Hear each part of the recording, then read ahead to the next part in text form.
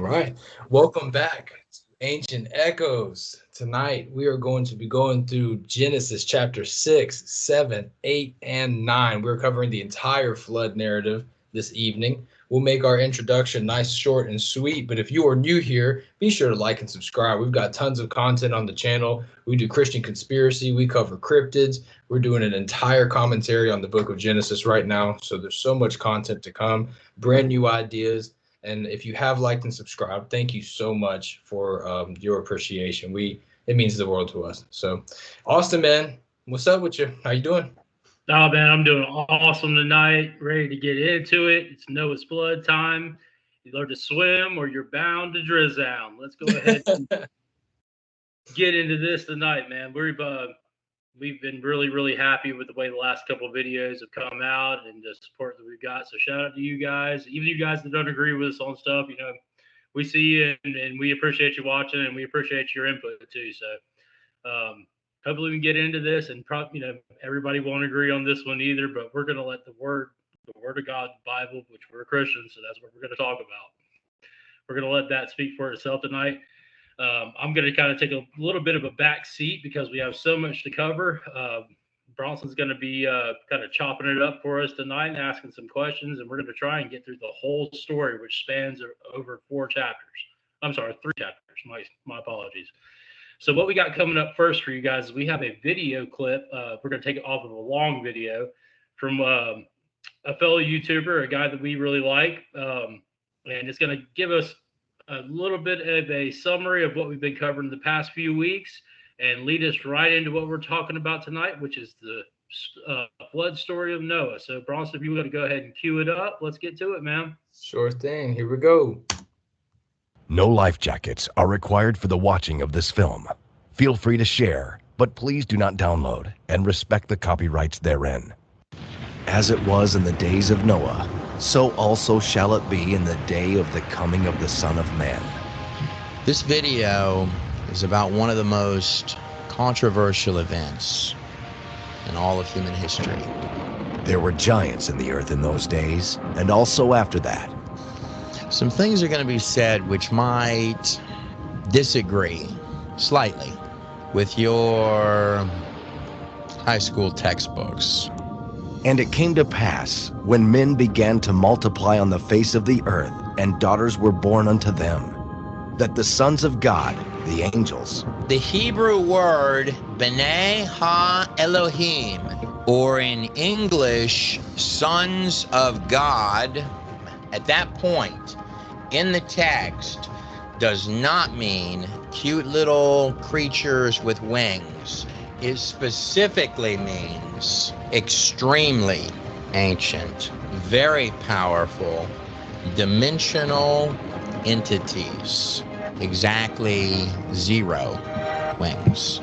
And many of your most ancient texts, like the Sumerian Epic of Gilgamesh, or the pages of the Book of Enoch, depicted here, right down to the Septuagint and the precision words from the book of Genesis itself, are saying that in a strange world before that flood, like imagining an era of pure paradise, yet twisted into the deepest levels of the bizarre.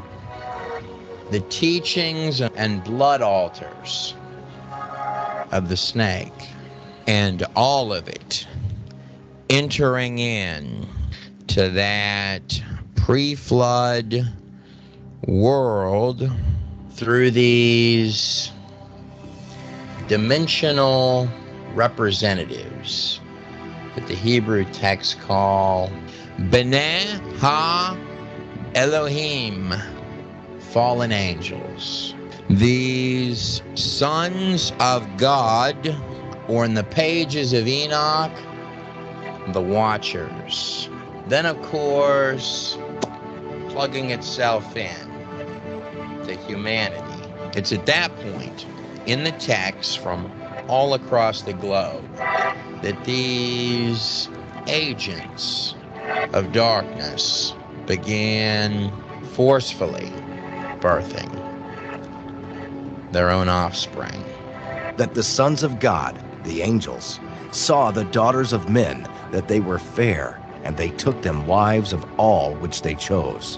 One thing that seems sort of funny to me is that the people who rule the world teach their kids different things than they want taught to yours. As a touch of a side note, when you're dealing with Luciferians, little witchy people, the top of your most uppity up and exclusive secret societies and their beliefs of the teachings of the beings that entered in the land before time world that existed prior to that flood.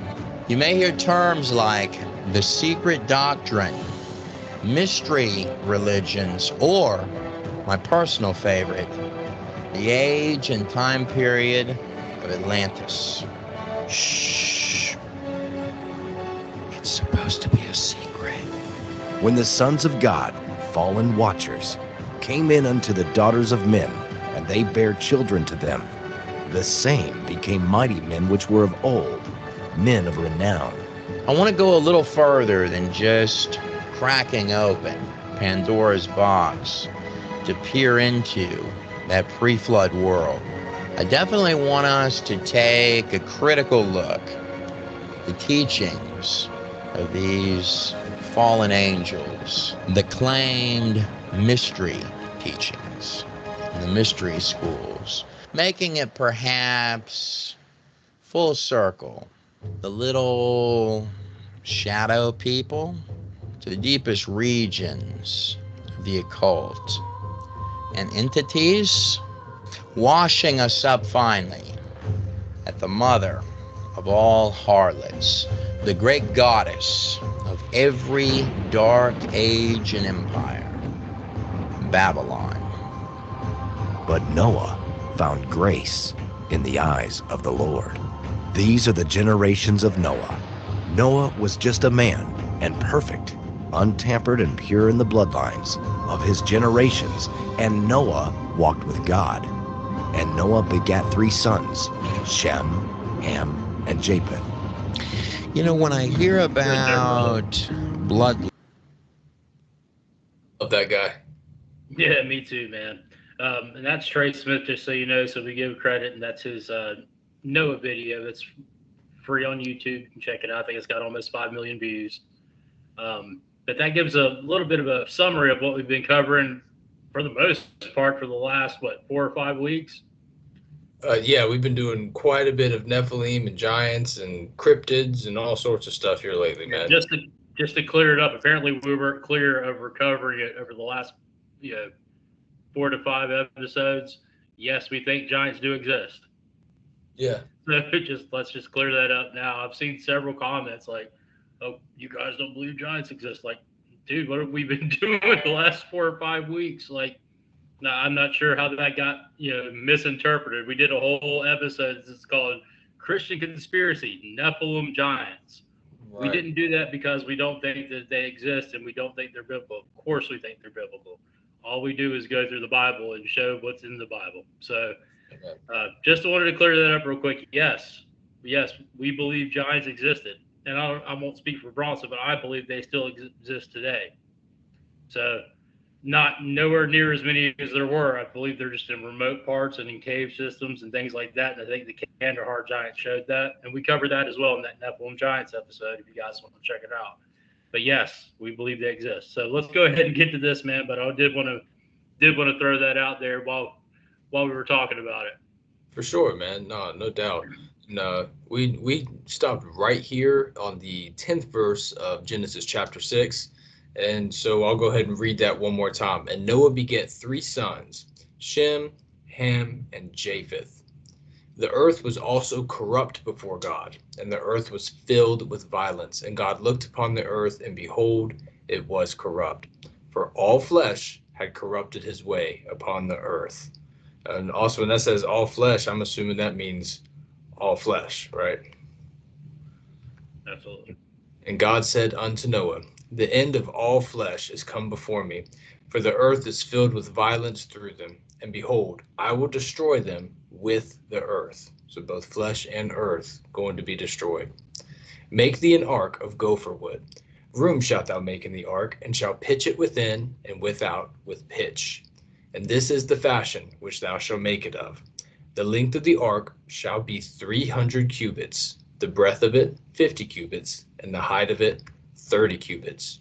A window shalt thou... I know I said I wouldn't stop too much, but can we pull that up right there just so everybody can see the definition of cubit? And For just, sure. yeah, you can do your own math at home, and it's been done by thousands of people over the years, but yeah, just so you can see what the size of a cubit is. Mhm. There's also two different kinds of cubits. There's the standard cubit and there's the royal cubit. Right. I believe the royal cubit is what, 1.5 feet? Something like that. Yeah, it's not too much larger than a foot. I don't think it's quite a foot and a half. So the cubit is a measure of distance. In parentheses, if you're just kind of listening, not watching, it says the forearm, roughly 18 inches, 0.5 meters. There are several cubits used in the Old Testament: the cubit of a man, or a common cubit, the legal cubit, or cubit of the sanctuary, plus others like the royal cubit, which Austin was speaking of. See a Bible dictionary for a complete treatment. So pretty neat there, man. Yep. So there's actually a guy out there. I'm sure most people who would be finding themselves upon our small little channel here probably are aware of the man who recreated an entire ark. And you I can can't visit remember it. his name right now. Yeah, me neither. Or even where it's at. I can't remember if it's Kentucky, Ohio, Indiana, whatever. But I believe it's in Kentucky. I think you have that right. yeah, and you can actually go and visit that thing. I'm not sure if there's some type of entry fee or however that works, but it seems to be rather popular. I've seen quite a few videos of it, and it's pretty neat, man. It's cool. Maybe something that I would do down the road and recommend others to as well. We've spoken on other videos how we enjoy supporting Christian businesses. So this is the fashion which thou shalt make it of. The length of the ark shall be 300 cubits, and the breadth of it 50 cubits, and the height of it 30 cubits. A window shalt thou make to the ark, and in a cubit shalt thou finish it above. And the door of the ark shalt thou set in the side of it, with lower, second, and third stories shalt thou make it. And behold, I, even I, do bring a flood of waters upon the earth to destroy all flesh, wherein is the breath of life from under heaven, and everything that is in the earth shall die. And I think that's very interesting there. It says, wherein is the breath of life. Would you include fish into that, or any type of sea creatures? No, and it gets more specific as we go along in the story, but guys, just keep that: destroy all flesh, wherein is the breath of life. Okay, so everything that breathes air, and that'll be reiterated as we go along here, and we'll point it out again. For sure. But with thee will I establish my covenant, and thou shalt come into the ark, thou and thy sons, and thy wife, and thy sons' wives with thee. And of every living thing of all flesh, 2 of every sort shalt thou bring into the ark, to keep them alive with thee. They shall be male and female. Of fowls after their kind, and of cattle after their kind, and of every creeping thing of the earth after his kind.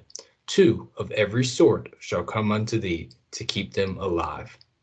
And take thou unto thee of all food that is eaten, and thou shalt gather it to thee, and it shall be for food for you and for them. Thus did Noah, according to all that God commanded him, so did he. That right there is, to me, is a really, really big deal, man. All that God commanded him, so did he. This is something that you see quite often when you're looking at your patriarchs or some of these legendary names in the Bible. Most of the time, that if I can recall, nobody does something half of what God commanded them, or a portion of the commandments. They always do everything that God asked them to do. And I think God is a big fan of people that are willing to do what he asks of them. And the riches of doing so are abundant. So here we are in Genesis chapter 7 now. We finished up 6, and it's about to get crazy. And the Lord said unto Noah, Come thou and all thy house into the ark, for thee have I seen righteous before me in this generation. Now, when we talk about that word righteous there, man, We see a couple of people get attributed righteousness for certain things. Abraham believed God, and it was accounted unto him for righteousness. We see that a couple of times in the Bible, exact quote, you know what I'm saying? And so Absolutely.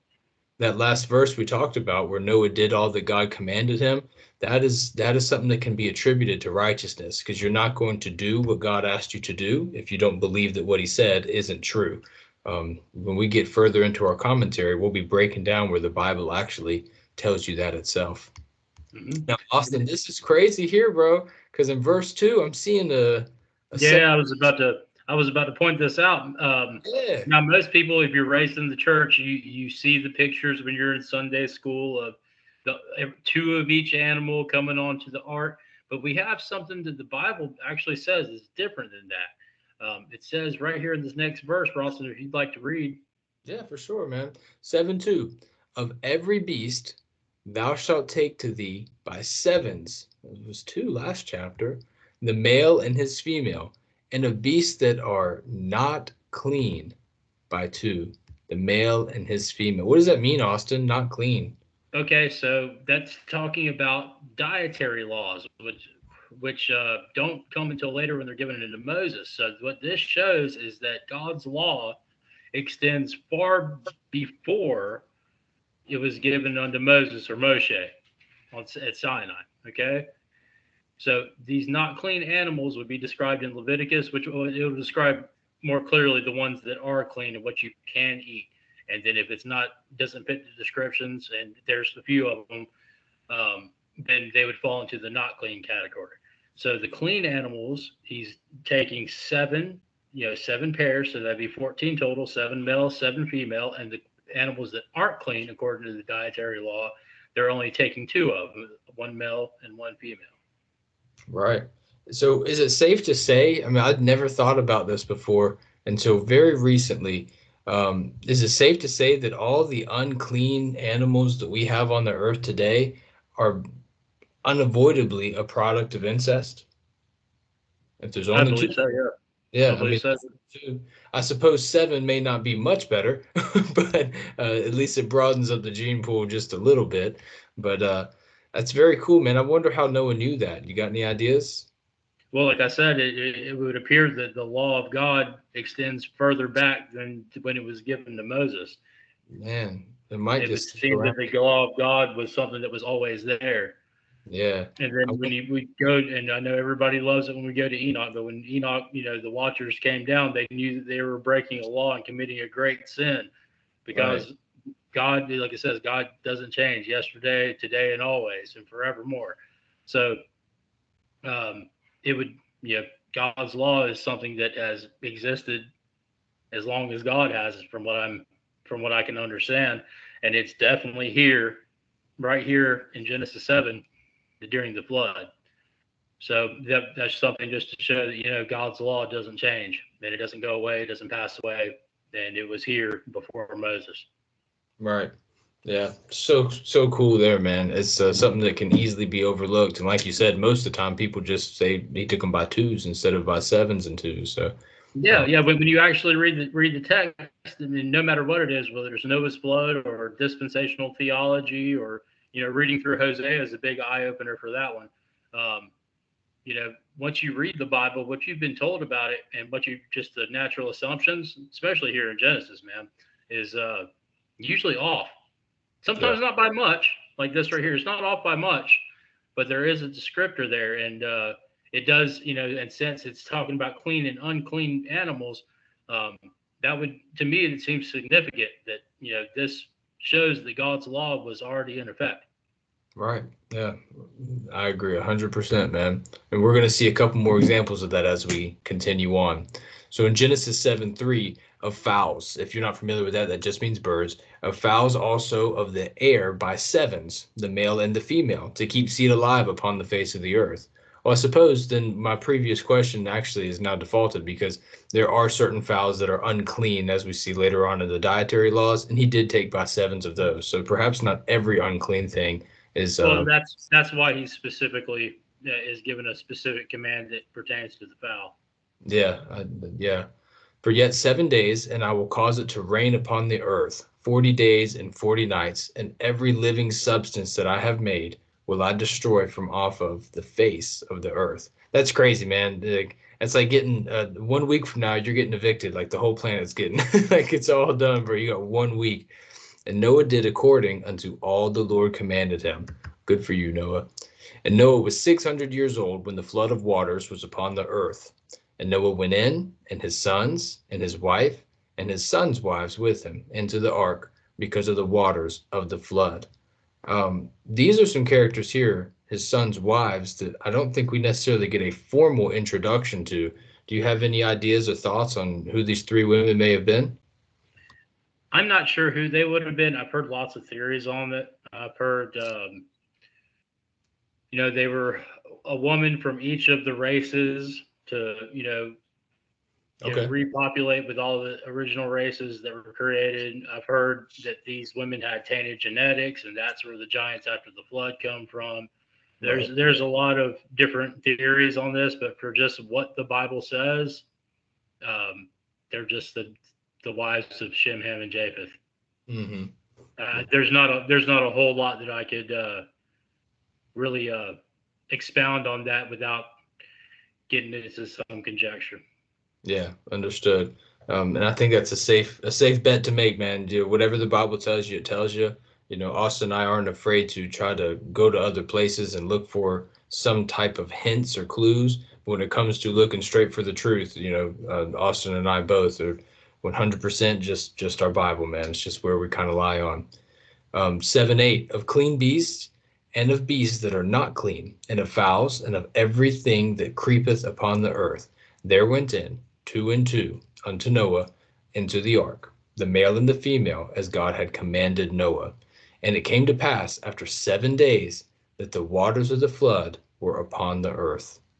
In the 600th year of Noah's life, in the 2nd month, the 17th day of the month, the same day were all the fountains of the great deep broken up, and the windows of heaven were opened. My first time reading this verse, I was hit back to back to back 3 times of just astonishment, just awe and wonder that you get the actual day and the month of when the flood happened, man. That's, to me, it's just wow. I remember reading that and going, man, this is not just some fictitious fairy tale or just some story that they knew some things about. They knew, or at least Moses, the writer, presumably the writer of Genesis here, is going to actually tell you the exact day and month of when it happened.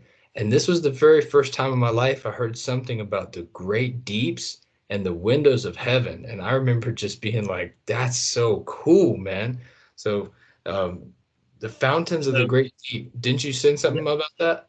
Yeah, we're about to get into a clip just to kind of show the scientists talking about what happened here from a physical standpoint, not from a biblical or historical standpoint. He's just going to break it down of what he believes scientifically happened.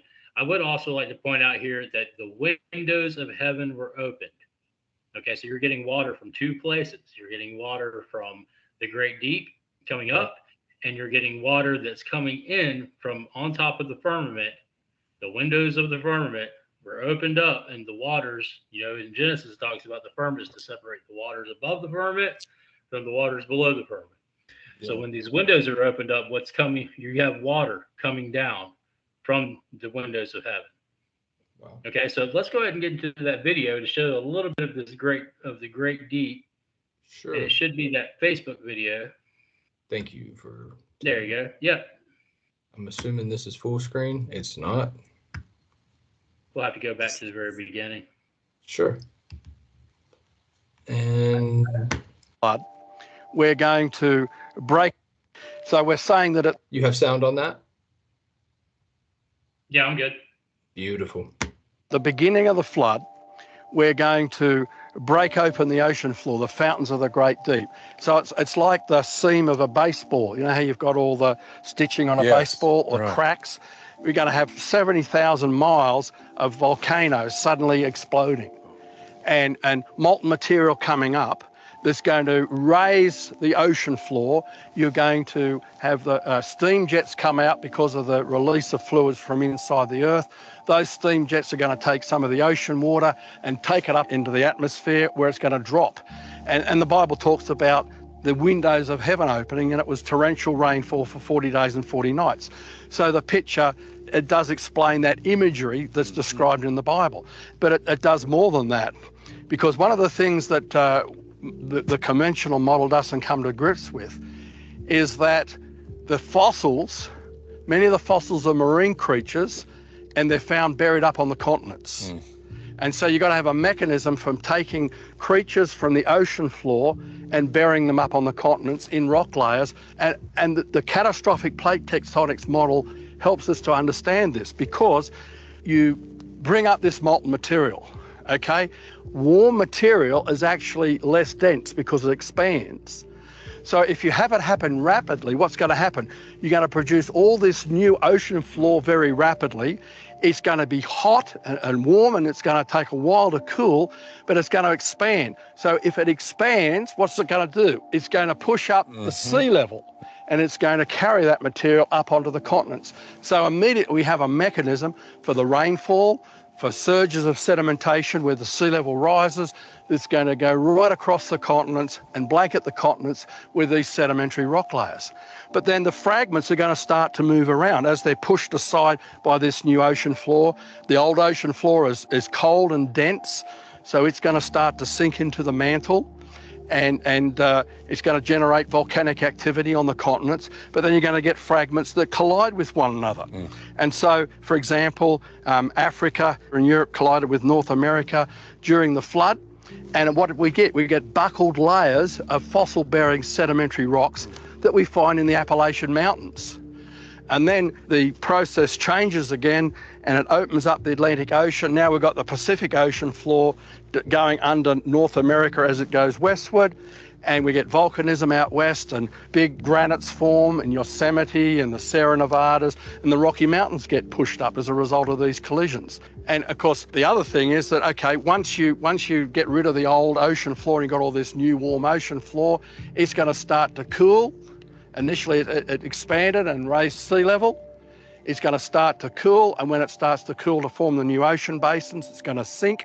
So the water is going to slosh back off the continents back into the ocean basins. And as it does, what's it going to do? It's going to erode. We can see vast areas around the Grand Canyon that have been eroded off. Steve Austin talked about the Grand Staircase. It's a remnant of what was left of the rocks that weren't scoured away. So once the water comes off in the sheet erosion, as the flow decreases, it's going to move down towards more channelized flow. It's going to pick weaker points where it's going to erode in, and it's going to start to make the river valleys. So many of the canyons that we see on the Earth's surface and river valleys were carved out as a result of that receding waters phase of the flood, where the water was draining off. The sediments, of course, were washed out around the edges of the continents, while we have all the sediments today on the continental shelves, and we get oil and natural gas as a result in those sediments. And it's the same in the Grand Canyon as anywhere else. Bring a piece of bread. Nick doesn't ask. Oh man, that was something else there. To think that some of the most beautiful land masses and tourist attractions that we have in our country could have possibly been created from the most catastrophic event in all of creation's history. There's a lot of good information there, but what stood out to me was how he rationalized through modern science the windows of heaven thing. Yeah. That's not what it says. Right. Now, it did rain and there was water that was shot up, but it also says the windows of heaven were open. It didn't say anything about it rain, precipitation or anything. It said windows of heaven. It's very important that when we read the Bible that we read actually what it says, because that's what it says. This is the windows of heaven were open. It did not say anything about, just precipitation. That's not what it says. It says the windows of heaven were open and the fountains of the deep broke up. So that was it probably raining all of that down? Absolutely. But the windows of heaven is not what it was saying. if that was just what it was, then it wouldn't be broken up into two parts. Right. Agreed. Agreed. Remember when Genesis is being written here, guys, it's God is sitting down with Moses face to face like a friend. You know what I'm saying? That's the story and the narrative that the majority of Christians believe is how we get our first 5 books of the Bible. Anyways, they were written by Moses at the inspiration of God Himself. So that would have been God telling them to write fountains of the deep and the windows of heaven. So. And God doesn't lie. What a cool video, though, man. That's very, very Yeah. neat to think about. It's so frightening, man. If you can take a second, and I'm sure most humans and most Christians probably have, just to put yourself in the shoes of somebody standing in your neighborhood and just chilling, and all of a sudden it's just an unavoidable, unescapable tragedy like that. It's just, wow. That means whatever happened on earth, God took very, very seriously. So in Genesis 7:13, in the self same day, Noah entered the ark with Shem and Ham and Japheth, the sons of Noah, and Noah's wife, and the 3 wives of his sons with them, into the ark. They and every beast after his kind, and all the cattle after their kind, and every creeping thing that creepeth upon the earth after his kind, and every fowl after his kind, every bird, every sort. And they went in unto Noah into the ark, 2 and 2 of all flesh, wherein is the breath of life. And they that went in male and female of all flesh, as God had commanded him. And the Lord shut him up. That's or shut him in, is what it actually says. The Lord shut him in. I wonder what that means, man. It's Well, let me pull this up real quick from the NLT, or you can do it on here probably faster than I can. If you want to switch over to the NLT. yeah. Let me make sure, in case I lose my place, what verse is that? That is 16. Let's go to the NLT and see what happens. NLT stands for the New Living Translation, if you're not familiar with that. And I will have to do Genesis 7:17. Excuse me, 16.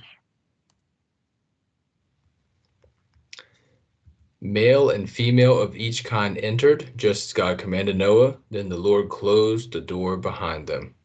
That's kind of neat, man, to think that Noah didn't even shut the door. God shut it up for him. That's kind of cool. That's the only reason I'm going to jump to the NLT, just because it's in layman's terms, and it basically is just straightforward that God shut the door. Yeah. That's kind of neat, though, to be honest with you. It's not something that you see a whole lot or talk about a whole lot, but I don't know. That's really interesting. Who opens it? And the flood in Genesis 7:17, and the flood was 40 days upon the earth, and the waters increased and bare up the ark, and it was lift up above the earth. I think 40 days is such a neat thing here, man. We see that happen so often in the Bible, whether it's 40 years of wandering in the desert or the 40 days with the flood. It's so interesting. I can't even begin to wonder why or understand why God chooses certain numbers to repeat things, but 40 Yeah, is it's always 40 or 7 or 3. right. You could say 12 with the 12 tribes, but usually that 12, though, this is a little tidbit for everybody. It's usually 12 surrounded by 1. Surrounding 1. You have the 12 disciples around Jesus. You have the 12 tribes around the Levites. Yeah, you know what I mean? So Yeah. it's always 12 around 1. 12 around the tabernacle. It's always 12 around 1. I don't know the significance of it, but that the 13 is actually a hidden number of God. Yeah, I know it gets used for different things, but that 12 around 1 with 13 total is a number that often gets, a number that God uses a lot, but it gets overlooked. That's interesting. I've never heard somebody say it like that. That's really, really cool. I have to chew on that and come up with more examples. That's neat. And the waters prevailed and were increased greatly upon the earth, and the ark went upon the face of the waters. And the waters prevailed exceedingly upon the earth, and all the high hills that were under the whole heaven were covered. 15 cubits upward did the waters prevail, and the mountains were covered. All right, let's stop right there for a second. Yeah. Now we have another video that I'd like to show you guys, because some people say, the flood didn't happen at all, and some people say, oh, it couldn't have happened the way it was in the Bible because of saltwater creatures and various other things that we could probably go into and argue for a long time, but we got a lot to cover. But let's just show. I would like to show just a little bit of evidence in this one video clip right here, if we could, of some of these places where they found these bones of these marine creatures. And we can start at this other one. Yeah, we start this one right here. It shows a little bit more. The other one. Oh, sorry. Yeah. And we can start right here because this shows a little bit. Oh no, man! Got to get the juice. We Got have to get the juice, brother. got the technology. Here we go. Let All me right, guys. make sure you can hear this. Across more than 75 square miles, fossils litter the desert. This is typically what you see in Wadi Hitan. The bone is sticking out from the cliff, calling you to come and see it. And indeed, this is a really huge animal. The vertebra would be that big. The size and shape of an animal around 60 feet long, encased in this rock, has led scientists to a remarkable conclusion. I think we have a complete skeleton of the prehistoric whale that lived here in Egypt long time ago. Since the first whale fossils were discovered here in 1902, experts have found around 1,000 individuals. This is the biggest ancient whale graveyard known on Earth. That's why 1,000 whales in paleontologists the middle of the named it Sahara Wadi Desert. Hitan, the Valley of the Whales. Across more than 75 square. Wow, that is bananas. I didn't know it was 1,000 of them. Yeah, it's a whale grave. Now, these two gentlemen right here are going to talk about what we just read in the text there about how all the mountains were covered. Well, just listen to what they say, and you can go and verify this for yourself. And just for time's sake, we're going to just keep it at this one little video. But there's a couple little key things he says in this that you can research for yourself. Go ahead, Bronson. When you look at the marine fossils on the continents and actually used a fossil navigator map, and you find that marine fossils cover all the continents. And I actually showed this to someone on the street recently, and they were looking at it and saying, wow, there's a lot of marine fossils on the continents. So it's not just this example that we're talking about. As you mentioned, there was one in the Sahara Desert. Actually, marine fossils are found everywhere, even on top of Mount Everest. Is that right? Exactly right. There's these little plants. The remains of some of those are found on the top of Mount Everest, which are usually they're found under the ocean. So marine plants on the top of Mount Everest. That's right. So this really speaks of, okay, there probably was, even from a non-believing standpoint, there probably was this worldwide flood. When you look at the marine fossils on the continents and actually used a fossil navigator map, and you find that marine fossils cover all the continents. Wow, okay. I didn't know that before. Was the seaweed growing on Mount Everest? That's crazy. Yeah, but that's just a couple things just to show. We can get back to that one later. But yeah, just to show that, yeah, the mountains were covered. Everything was covered. There's whale bones, a bunch of them, in the middle of the Sahara Desert. And you could say, hey, Africa seemed like it was covered with a huge lake there, and I'm aware of all of that. So, I mean, I got you. I just don't know many lakes that have wells in it. Yeah. 1,000 wells at that. That's all I'm saying. And I'm well aware of the ancient water systems that were most likely there in Sahara. I'm aware of the Richot structure, the Eye of the Sahara, and Jimmy Corsetti and all that stuff. I got you, man. But I don't know that explains 1,000 wells. And what it definitely doesn't explain is the marine fossils like clams and oysters and plants that were up there on top of Everest. It does not explain that. So, and it's all over the place. And you can look at the fossil navigator maps like he was talking about and check it out for yourself. Just to save time tonight, we're just going to keep on rolling through. But I did want to point that out that yes, everything was covered. Wow. Yeah, that's, man. I wonder just how much we could do just on that. Just probably at least an hour just checking into some of the different places. Oh yeah, man. I started to go down that path, and I was like, dude, we got a lot to cover. So I'm sure we'll jump back and touch on some things, and I'm sure we'll talk to some people in the comments about some things here and there that maybe we didn't cover as in depth. But we want to stick to the word as much as possible tonight and get as much in as we can and cover this full blood story of Noah. So go ahead, sir. Yeah, for sure, man. We do love the input of the audience, man. It's so cool to be able to talk to people from all around the country and the world and hear different thoughts and ideas. Dude, And people have all kinds of different opinions on things, man, and we're not the arbiters of truth. We try to be as honest as we can and stick to the text. So we don't yeah, know everything, and we don't claim to be preachers or teachers or anything like that. But yeah, we just kind of go with what's in the Bible and try to look at cool things. But um, you know, all opinions are welcome.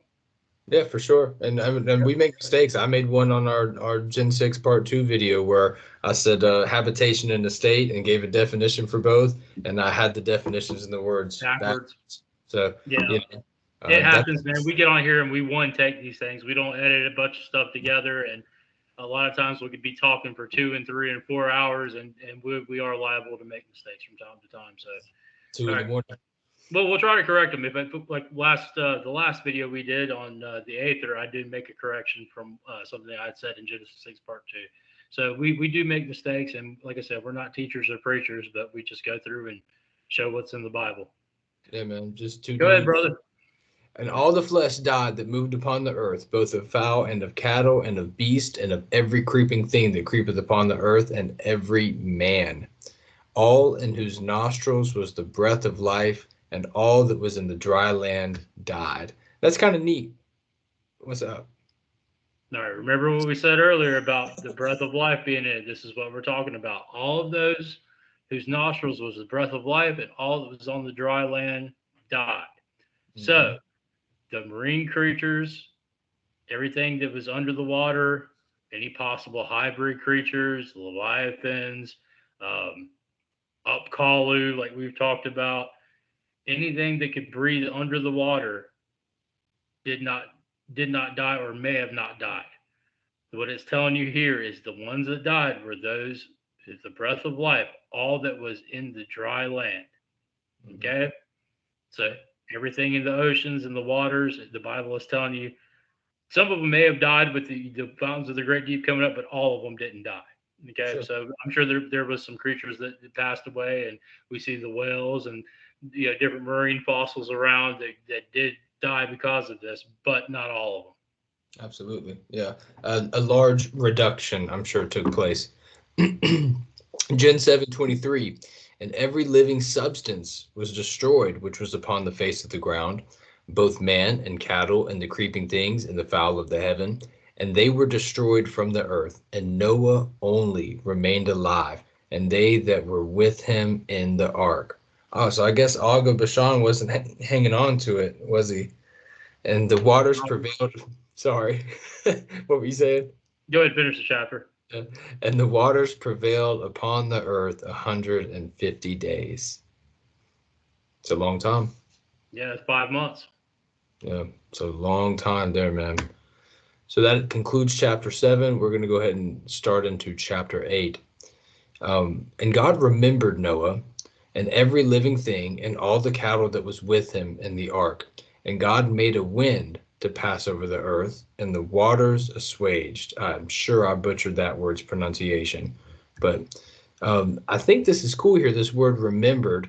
Oh, whoops. We always try to, address all sorts of ideologies and theologies. We're just trying to learn here, man. And this is a commentary. And I think it's important for Christians to understand how other Christians believe and, have knowledge on things. There's all sorts of moments in my life where someone just brought up something and I'd never heard it before, and I didn't know how to respond off the rip.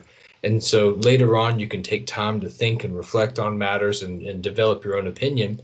And this word here, remembered, there's quite a few Christians out there that believe that we only exist within God's memory. You ever heard that before? No, I haven't. It seems goofy to me. Yeah. I'm not gonna say who it is that believes that, but there's a lot of them, millions of them out there that believe we only exist in God's memory, and they use verses like this to support some of those theories that they've got. And so, I'm All just it's gonna. saying is that God didn't forsake Noah, and he kept him in his mind, and knew that he needed to send a wind to make the waters subside, or whatever that is trying to say here. All it's saying is that God didn't forget about Noah. That's all it's saying. And if you try to make it more than that, and you can look at the definition if you want, but that's all it is. Matter of fact, let's pull up the definition. Let's just get this out of the way. Who is it? Is it the JWs? Yeah, you caught it. It's always them. All right. 2142. Your word is zakar, and it just means to remember, recall, call to mind, cause to remember, to mention, to record, make memorial. And so I'm assuming, what did we say? And make remembrance. He just remembered that Noah was there. He kept him in his mind. You know what I mean? That's all it's saying. That is the goofiest thing I've heard. There's a lot of strange doctrine out there, man. And like I said, I'm sure they tied into some kind of simulation theory too. A lot of it's to do with your afterlife and where you actually are and what you do, and until the resurrection, that when you die, and that there's any JWs listening, I'm going to do my very best to tell what you guys believe to the best of my ability. I have never been one, and I am not one. But when you die, everything is black, right? It's like as if you have no place to go, or that there's no Abraham's bosom or anything of that nature. And so until the resurrection. And so when you were to awake from your resurrection, your existence in the meantime, that meanwhile, is only within the memory of God. And so I kind of see where they're getting at, because it says that you sleep when you die, and then you are raised at resurrection. Yeah, they've got verses, they got scripture, Yeah, but that just having that viewpoint leaves out a whole lot of context. Yeah, I know we're getting off subject, but just hear me out, and then we'll get back to this. Like I'm trying to push us forward tonight and just get this, make sure we cover everything, even if we have to split it into two parts. Okay, so that completely ignores what Jesus said to the thief on the cross. It's just the clearest one, and we've talked about it several times. He looks at the thief and says, "Today you will be with me in paradise." Mm-hmm. Okay. Absolutely. And also, and we know that he descends before he ascends. So paradise would be in the earth, and we've shown the verses on this. And I know it's probably going to bother some people, but that's what it says. Please reference our other videos. We cover it, show the verses and everything. We're going to try and stick to it. Also, the story about Abraham's bosom with the guy across the chasm who's saying, I'm thirsty for water. Abraham, please just give me a drop to cool my tongue, and all that type of stuff. If everybody's in blackness, that doesn't happen. That's not in the JW Bible. They've removed that story. Oh, is it? That's out of there? Okay. Well, I guess it's hard to fight against that, and it's hard to fight against the Catholic Bible that's been chopped and screwed to death. And no offense to you Catholics out there, but the Deuteronomy is awful. Yeah. Anything, honestly, in my opinion, anything that comes from the Latin is absolutely terrible. Jerome included. But let's get back to it, man. So if they pull that out of the verse, it's hard to show that. Really hard. Yeah, it's but I think it's important, like I said, for anybody listening. I mean, when I and Austin, I know you've had similar occasions in your life, is that you run into people with different beliefs when you step out of your bubble. If you're out in the world, and some people say things, and like I said, it's just nice to know. That way you don't get offended or offend others, and you can just hear where they're coming from. And maybe you completely disagree that verses should be taken out of the Bible. I would agree with that disagreement, but I think it's healthy just to take a look into what other Christians believe and think about the Bible, so that you can better have a conversation with them. So in 8:2, the fountains also of the deep and the windows of heaven were stopped, and the rain of heaven was restrained. And the waters returned from off the earth continually. And after the end of the 150 days, the waters were abated. And the ark rested in the 7th month, and on the 7th day of the month, upon the mountains of Ararat. That's neat. I wonder if it was a Sabbath. Well, let's stop right there. Yeah. Let's go and show this Mount Ararat, but it says the mountains of Ararat. I would like to point that out, okay? Because there are two different theories on this. The mainstream, and this is really the theory we're covering tonight. Let's go ahead and go to that Google and just show this Mount Ararat, and this is Mount Ararat in Turkey. And we can take a look, cut some of these pictures. Big mountain. I want to go to Turkey so bad, man. Look how beautiful that is, man. Snow-capped mountains are gorgeous in person. I hear a lot of Turkey is absolutely just gorgeous, man. I've heard the same thing. I would love to go. Golly, what's crazy is these mountains right here are probably humongous, and then you know what I'm saying? Right. It's crazy. Now, I would like to just talk about this other theory real quick, just in case other people are familiar with it, so we don't skip over it. Where Yeah. it says, let's go back to the verse. Sure. All right, where it says, the mountains of Ararat. Okay. There's the mainstream theory that it's Mount Ararat that we just showed you in Turkey. There's another theory that the ark started somewhere around the Philippines and in Asia. Okay. And then that around the Caucasus Mountains, that they were called the Ararat Mountains. Okay. And there's an old map, and like I said, we were trying to save time, so you can go look at this for yourself. We've referenced this channel a couple times. The God culture is where I've seen this theory laid out the best. You can go check that out, and I'm not saying he's wrong. The God culture people, and I think his name's Timothy over there, do a really good job, and they lay out their views pretty succinctly. It goes against what I was taught and just reading into this, but it does say the mountains of Ararat. So I would suggest, if you're curious about the other theories on it, to go check out his channel. I haven't done the deep dive and confirmed everything in it or anything like that. But if you are just curious to hear another viewpoint on it, which I think a lot of people that watch our channel are curious people, the God culture on Noah's Ark and Noah's flood.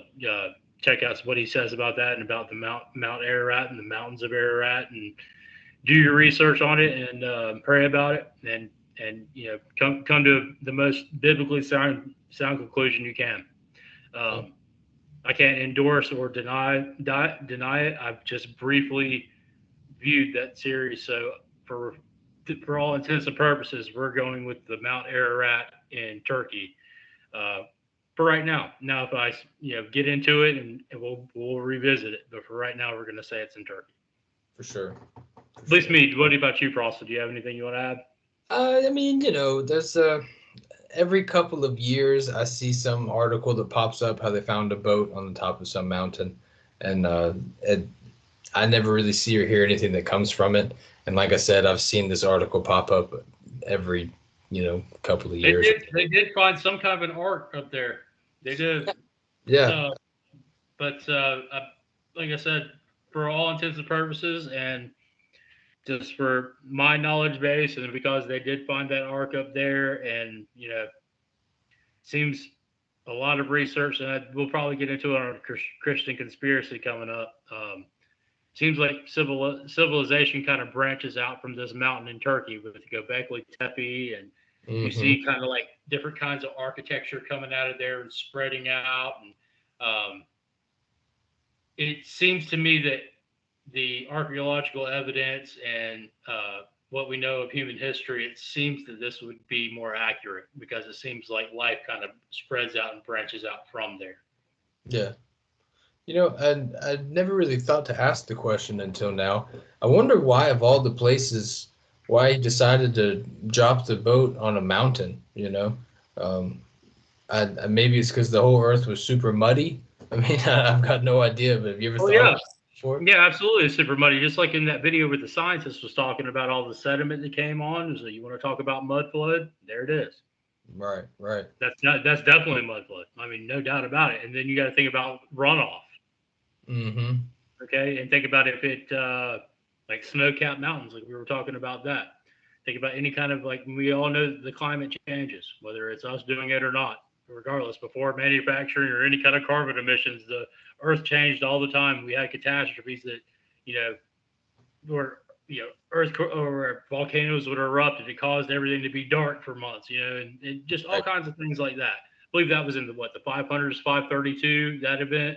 That rings. Yeah, we're getting close, somewhere around there. That's somewhere around there. But yeah, there's been all kinds of things. But imagine what happens when the climate heats up, and then those mountain caps thaw out, and then all the runoff and all the sediment and everything that comes down those mountains. It'd be like an avalanche of a mud flood. You know what I mean? That would come down and could take out whole civilizations. Absolutely. Yeah. Early in Babylon, I can't remember the name of the two little mountain ranges around there, but early on it talked about how the Euphrates was real violent because it would flood every spring and come down because of the runoff until the climate eventually got so warm that it wasn't, having ice caps at the top of those mountains freezing and coming down. And anybody that's interested in the Sumerians or the Akkadians or that, you can go back and look at that and in the cuneiform and all that type of stuff. It talks about that. But so we'll go ahead and get back into this. But I did want to show that the mountains of Ararat and give the two different points of views just to make sure that we do acknowledge that there are different points of views on this. Yeah, no, I'm glad you did, man. That's really, really cool. And the waters decreased continually until the 10th month. So hold up. It was the 7th month when the ark rested, and the waters decreased continually until the 10th month. Man, the root rot must have been crazy on some of them plants. On the first day of the month were the tops of the mountains seen. And it came to pass at the end of 40 days, Noah opens it. Okay, so Noah opens the window of the ark which he had made, and he sent forth a raven, which went forth to and fro until the waters were dried up from off the earth. Also he sent forth a dove from him to see if the waters were abated from off the face of the ground. But the dove found no rest for the sole of her foot, and she returned unto him into the ark, for the waters were on the face of the whole earth. And he put forth his hand, and took her, and pulled her into him with the ark. And he stayed yet another 7 days. And again he sent forth the dove out of the ark. I wanted to stop there and just ask you, man, why even mention the raven here? What's the point in that raven? You know what I'm saying? It says it went. I'm not a zoologist by any stretch of the imagination. I don't know. Maybe there's things that the ravens do that the dove doesn't. I'm not sure. I've always wondered that myself. I don't know that if it's a symbolic thing or not. It looks like that the raven did not come back, though. The raven just flew around and flew around and flew around until the waters dried up. It's very interesting. If I'm not mistaken, ravens will eat dead things, if I'm not mistaken. So perhaps he sent it out to maybe clean up. I was thinking that too. But honestly, I don't have anything concrete on this because I don't know a whole lot about birds, just to be honest with you.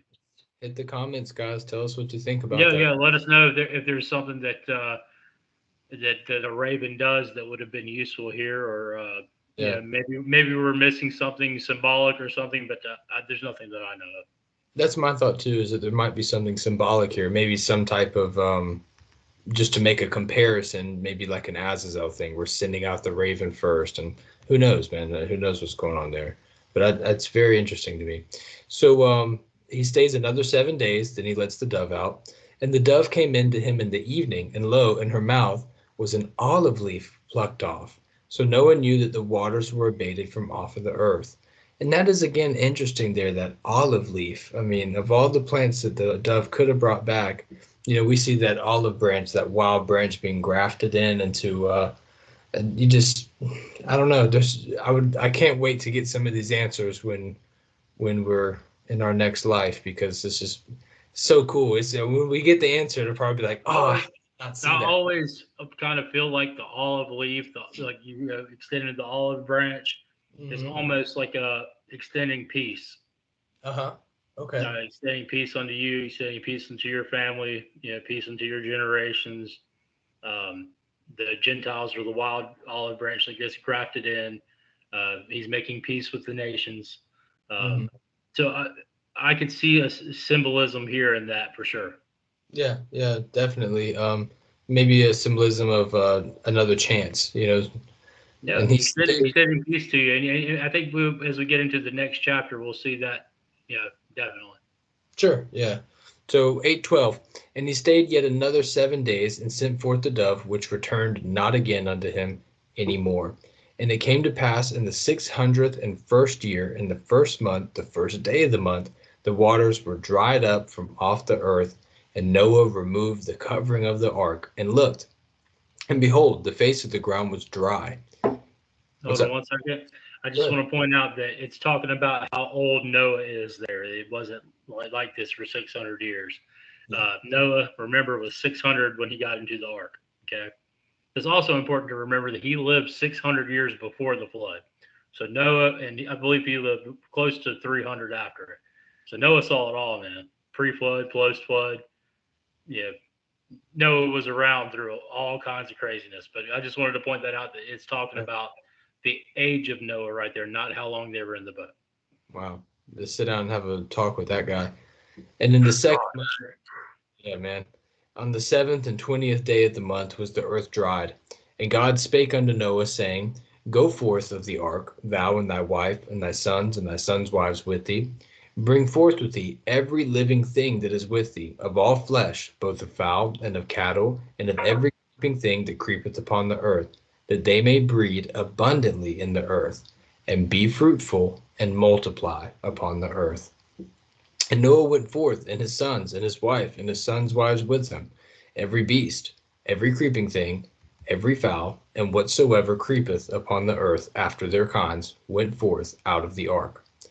And Noah builded an altar unto the Lord, and took every clean beast, and of every clean fowl, and offered burnt offerings on the altar. Man, see, that's so crazy, because there's no Levitical priesthood here. There's no written law that we know of. Well, once again, it shows that God's law did precede Moses, and it's shown us several times within the flood story that Noah followed the law of God. Mm-hmm. How was Enoch a righteous man and God walked with him and took him? How was he righteous if he was not walking according to God's ways? Right. And we know from like the new short you put out, the heart is wicked and no man can know it, and the only hope for righteousness is walking in the ways of God. So the law had to have been in the days of Enoch as well for him to be a righteous man and upright with God. Mm-hmm. You know what I mean? And that's not even going into the book of Enoch. That's what it says in the Bible. So the law extends back, God's ways and what he, right and wrong, actual right and wrong, extend back to the genesis of creation. Right. And this is at that time, man, when they were still, performing burnt sacrifices. And if I'm not mistaken, up until this point, the only time we've seen that happen is with Cain and Abel. There's no other reference to burnt offerings until this moment, if I'm not mistaken. So, very, very cool. You have it with Cain and Abel at the very beginning, and then he comes down to Noah. So, mm-hmm. It's extended. It's at the very beginning, and it's right here coming across the flood. It's given again to Moses on Sinai. It's and a covenant's made with the people there. It's just it extends all the way back. Right. I'd like to point out this is before any Israel. There was no tribes of Israel. There were no Jew. The tribe of Judah. I'm trying not to say that word because apparently that gets us throttled. There were no, tribe of Judah. There was no tribe of Manasseh. There was no tribe. This is, before any of that. So this is God's ways. Okay, this is God's ways that these people were following. Oh man, I'm so glad you said that. I'm so glad you pointed it out and said it just the way you did. Thank you very much. Yeah, his law and his goodness and his grace is for all of us, no matter what race you are or where you're from. It's for all of us. But right here at the very Genesis, and we'll see who all comes from these people, and they were following God's laws and ways and following his laws. And so we'll show it here coming up in this next verse. Go ahead, sir. Sure. 8:21.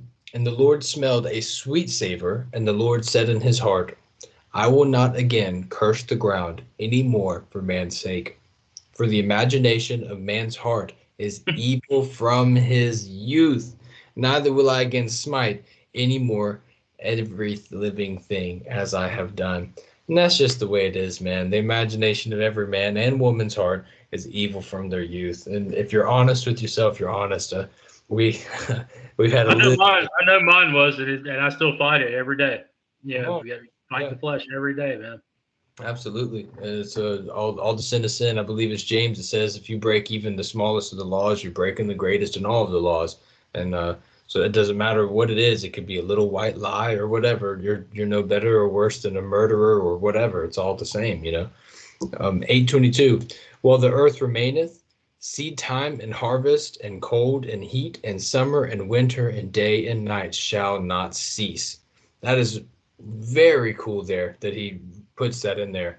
Very cool. There's a verse later on in the Minor Prophets that talks about how the day of judgment, because the sun is darkened and the moon is turned into blood, that it's not accounted for day or night. It's known as the day of the Lord. It's the Lord's day and his judgment. And that's, wow, pretty cool little foreshadowing into that.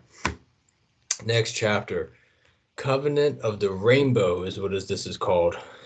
Genesis 9, verse 1. And God blessed Noah and his sons and said unto them, Be fruitful and multiply and replenish the earth. And the fear of you and the dread of you shall be upon every beast of the earth, and upon every fowl of the air, upon all that moveth upon the earth, and upon all the fishes of the sea. Into your hand are they delivered.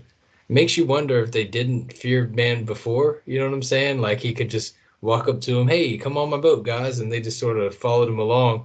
And then now I wonder what that's all about, man. Very strange. 9:3. Every moving thing that liveth shall be meat for you. Even as the green herb have I given you all things.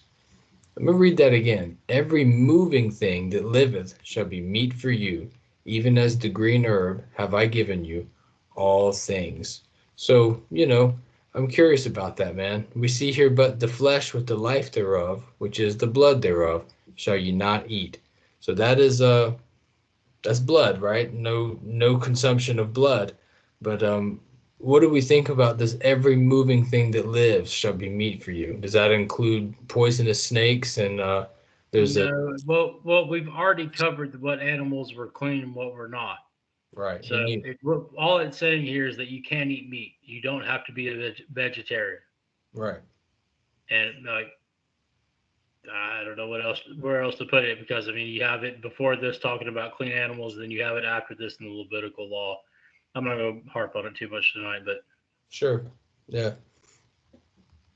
But the flesh with the life thereof, which is the blood thereof, shall ye not eat. We're never consuming blood as a Christian people.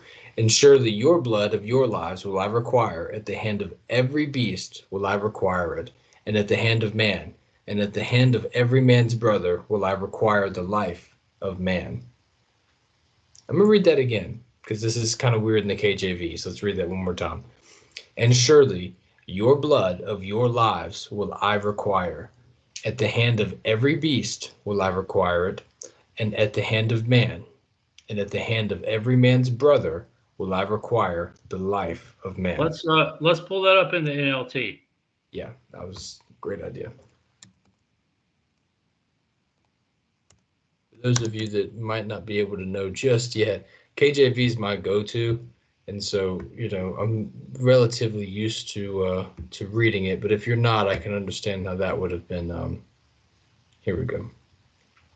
And I will require the blood of anyone who takes another person's life. If a wild animal kills a person, it must die. And anyone who murders a fellow human must die. So, pretty interesting here, man. It's like we're getting some type of covenant pre-Mosaic, was what you would call that, I guess, pre-Moses, pre-Abraham. He's given them law for starting the new civilization. So if an animal is wild and kills a person, you're to put the animal down. If a person kills another person, you're to put them down. So that is that's all that's saying there. Yeah. And it's reiterating it here in 9:6. Right. Whoso sheddeth man's blood, by man shall his blood be shed. For in the image of God made he man. Very nice, man. Yeah, when you look at that right there. I'd like to point out, when you kill your brother, your human brother, you're basically killing God. Yeah, yeah. It's a horrible, horrible sin. Now I get self-defense and I get all that type of stuff, but a lot of the murders that happen around the world are unnecessary. Right. Completely unnecessary. There's, I know that you probably got caught up in the heat of the moment. I know I have. Oh Lord, I know I have. And done things that could have altered my life forever and altered somebody else's and their family's lives forever. And so let's try and be a little bit patient with each other and remember that we're all created in God's image.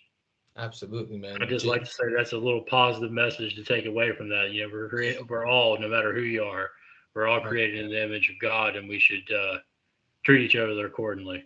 Yeah, man. Yeah, remember absolutely. the golden rule. Right. Came out of Jesus' mouth. Would you like to say it? Yeah, man. I won't forget the first half either. Is that you're gonna love God. That's the first half, and then treat others the way you would like to be treated, or do unto others as you would have done unto yourself.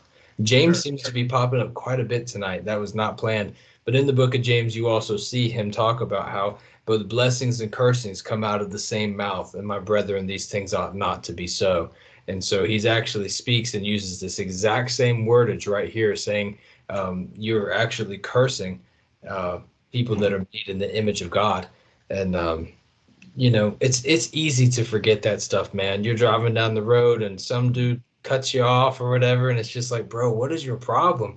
And you might let out some type of insult or whatever, but it is important to know that no matter who you're speaking to, as long as they're 100% human, they were made in the image of God. And so it kind of changes the way you view people. And I've also heard people use this as a remedy for certain addictions to certain behaviors online, is that these are people that are made in the image of God, and you ought to view them as such, not as meat or property. Or Genesis 9:7, and you be ye fruitful and multiply, bring forth abundantly in the earth and multiply therein. 9:8, God said unto Noah and to his sons with him, saying, and I, behold, I establish my covenant with you and with your seed after you. Now remember that the olive branch that came back. He's extending peace and extending a covenant to them. Right, and that would be. He said your seed after you. That's at this point in time all the seed. Yeah. No. So let's talk about this. Now we talked about the law extending way before Moses. The Cain and Abel were offering sacrifices. Now, as we go along here, these are all the people that got off the boat and populated the whole earth. So it's salvation is for all of us, as long as you walk within God's ways. Even in the Exodus story, it talked about the stranger among you. They may have not been of the tribes of Israel, but they still walked in the ways of God. The salvation was never just for the tribes of Israel and for the Jews. It was for everybody. God loves everybody. It's not just for one people or one race or one skin tone or one. As long as you walk within the ways of God and are doing the best you can to follow His laws, and accept Jesus Christ as your Lord and Savior, of course, because that's a part of it. But right now, that hasn't happened yet. That's this is the covenant He's making with Noah and with the sons of Noah. But with we're about to see, we'll get to it. The whole earth was populated. So I just wanted to point that out, that this is the God for all people. Yes. All people. Yes. And we'll see him establish quite a few covenants and change some things over time. Genesis 9:10, and with every living creature that is with you, of the fowl, of the cattle, and of every beast of the earth with you, from all that go out of the ark to every beast of the earth, I will establish my covenant with you.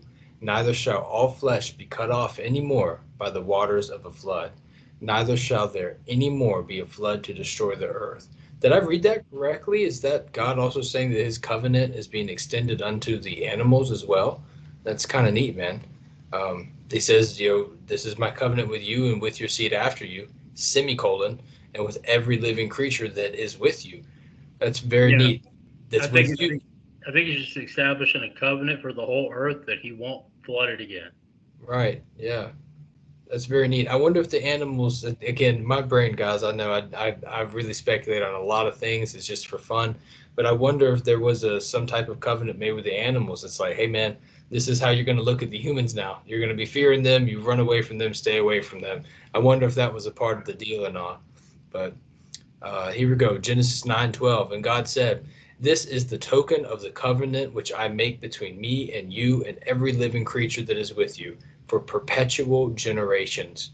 I do set my bow in the cloud, and it shall be for a token of a covenant between me and the earth. And it shall come to pass, when I bring a cloud over the earth, that the bow shall be seen in the cloud. Wow. And I will remember my covenant, which is between me and you and every living creature of all flesh. And the water shall no more become a Yeah, flood to destroy all flesh. that's what I mean. That was the covenant with the animals and the humans alike. Yeah. That no more would he send water, a flood to destroy the earth. Yeah. Yeah. It's so cool, man. Isn't that neat though? Because we get to see it too. I mean, anytime I see a rainbow as a Christian, my instant thought is, God. You know what I'm saying? The flood. That's his bow and stuff. And it's interesting to think that perhaps God sees that rainbow too, and it's like, you know what? I made a covenant with these people. You know what I'm saying? And extended that olive branch unto them, and I've made my word. And so, you can see God everywhere, man. If you just take the time to appreciate it and look at it. And the bow shall be in the cloud, and I will look upon it, that I may remember the everlasting covenant between God and every living creature of all flesh that is upon the earth. And God said unto Noah, This is the token of the covenant which I have established between me and all flesh that is upon the earth. And the sons of Noah. That's good right there, brother. That's actually the end of the flood story right there. Gotcha. And we'll get into a little bit of the sons of Noah and all that next week. But as far as the scripture goes, that is it right there, brother. Yeah, man. So exciting, bro. That story is just crazy. And we didn't really speak on it too much. That most ancient religions and ancient cultures, we all can agree on a handful of things. And one of them is that there was a massive flood that seems to have just destroyed the whole earth.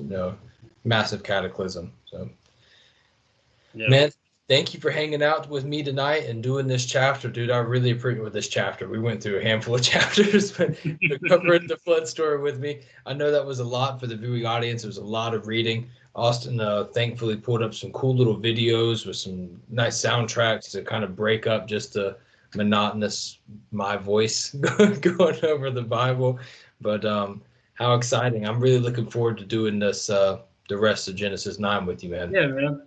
Now let's get this screen share off real quick, and we'll say a couple closing words. And um,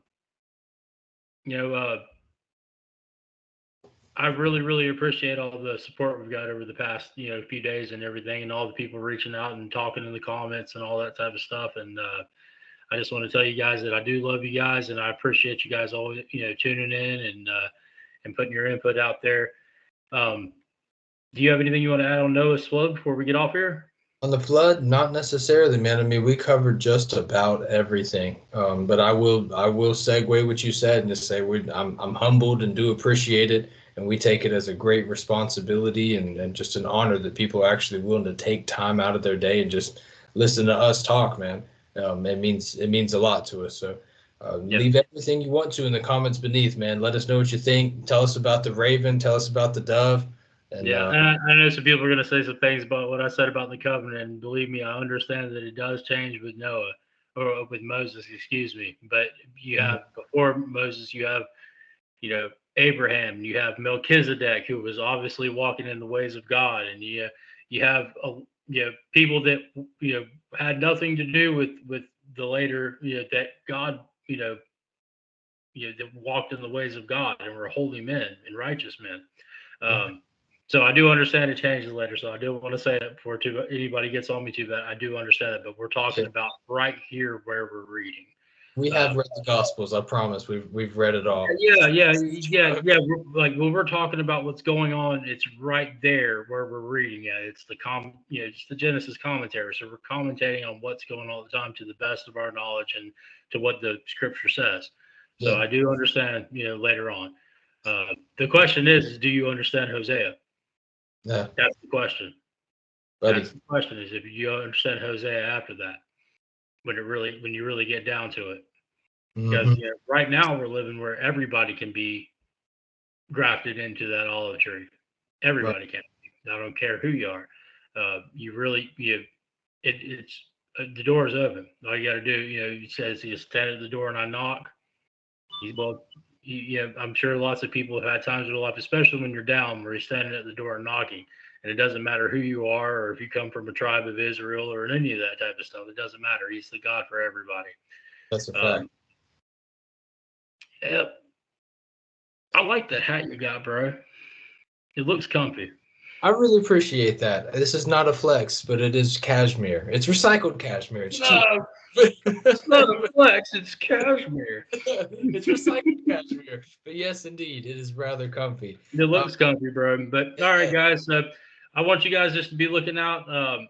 Every Thursday, we're dropping the Christian conspiracy videos. We don't get a whole lot of views on this, but dude, there's some good stuff in there. I know the community page earlier today, I posted, while you're waiting on this video, go check out the cryptids video. So I do want to push that again. That cryptid video has some good stuff in there, guys. Really good stuff. We got stuff talking about hybrids and all kinds, and I believe we're just in the canon there. We don't even go outside of the canon because you don't have to.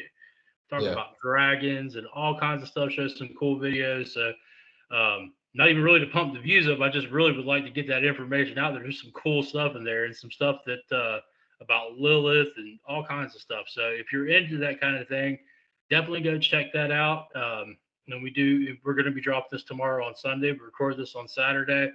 The Genesis commentary every week. So just be looking for us on Thursdays and Sundays. Sundays between 6 and 8, depending on how our technical difficulties are going on our end. And usually we drop a short once or twice a week. Thanks to Mr. Bronson over here, he hooks it up because I'm not super great with it. Just to be real with you, man. But we got some things coming up. We're doing some. We're gonna react to some Christian music. If you guys have something you want us to react to, please let us know. Send it, man. We'll check it out. We got a video coming up soon that we're going to react to by a Christian artist. We're going to go through some things. We've been asked to react to the Chosen movies, and so it's a show. Miniseries? I don't know. Anytime I see a Christian movie or anything being pumped real heavy in the mainstream, I'm just like, dude, I don't even want to get mad watching this. But we may do that and check it out. I just don't want to make too many people mad because I know we're going to nitpick it to death. We'll say nice things. I'll have nice things. I'm sure the soundtrack is dope. I'm sure you'll have nice things to say. I doubt I'm going to have very many nice things to say. I'm just going to be honest with you, bro. I will, because once you go off of biblical stuff and start talking about a bunch of garbage, I don't care what you say after that. I'm done. And maybe I should be a little more open-minded, but I mean, if you're going to make a movie about the Bible, it should be what the Bible says. That's just me. I don't want no fluff. I don't want no extra stuff. I don't want a bunch of fake love, I don't want, like, every time they make a movie about Jesus, it seems like they're making a movie about Crowley and not Christ. I hate that stuff, man. Yeah, I hate that stuff. I like my Jesus flipping tables and whipping tax collectors. That's what I like. That's the Jesus I like. Will Ferrell said, how he likes Jesus. I like my Jesus flipping tables and whipping tax collectors. That's what I like. That's the Jesus I like. Yeah, that is our God, man. He did do that. It was God in the flesh, man. That was at a church, mind you. So that was at the temple. Yeah. So whatever take that with what you will, but Austin's right, man. We got big things coming, big things popping, little things stopping, as we like to say. God, yeah. We got the TI, yeah, man. Buddy. So, and anything else you guys want us to do, man, just put it down in the comments and let us know, man. We're down to do all sorts of Christian content. And we want to keep it Christian for sure. We can touch on conspiracies and all sorts of things, but yeah, I think we'll be doing like some real ancient architecture coming up. I'd like to do like Angkor Wat and Baalbek and some stuff like that. And we named the channel Ancient Echoes for a reason, man. We like that kind of stuff, and we will do some stuff like that.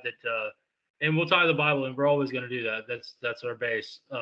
But the cool thing is that the Bible covers a lot of these places, and we'll talk about the areas where they're at. You know what I mean? And stuff that's going on there and things that happen in history there. So the Bible is a very historical book and covers a lot of history and geography and all that type of stuff. So when we're doing things like that, it's not hard to tie the Bible in.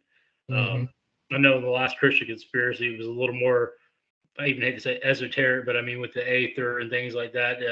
It's sometimes it's a little hard to split between what's physically going on and then what's like more of the uh, whimsical type of new age type of belief system. Sometimes it's hard to parse that, but I mean, um, I just thought it was really cool, man. I mean, the idea of free energy and and the ancient architecture, maybe having some kind of a function with that. So I thought that was very interesting. But for the most part, we're going to keep it just on the Christian level and talk about righteousness and holy things and what's in the Bible. But we probably will be doing some architecture and stuff coming up because I love that stuff, man. I absolutely love it. Me too. Me too. It is really neat. I love doing this channel, and I'm really excited to see what the future holds, man. So with that being said, man, I do, like I said, appreciate you taking the time to hang out with me tonight. Our viewing audience, we thank you too. Be sure to like and subscribe. Share this thing out. Comment. Let us know what you think about it below. Love it or hate it. We love to hear it. So we will see you next time on Ancient Echoes.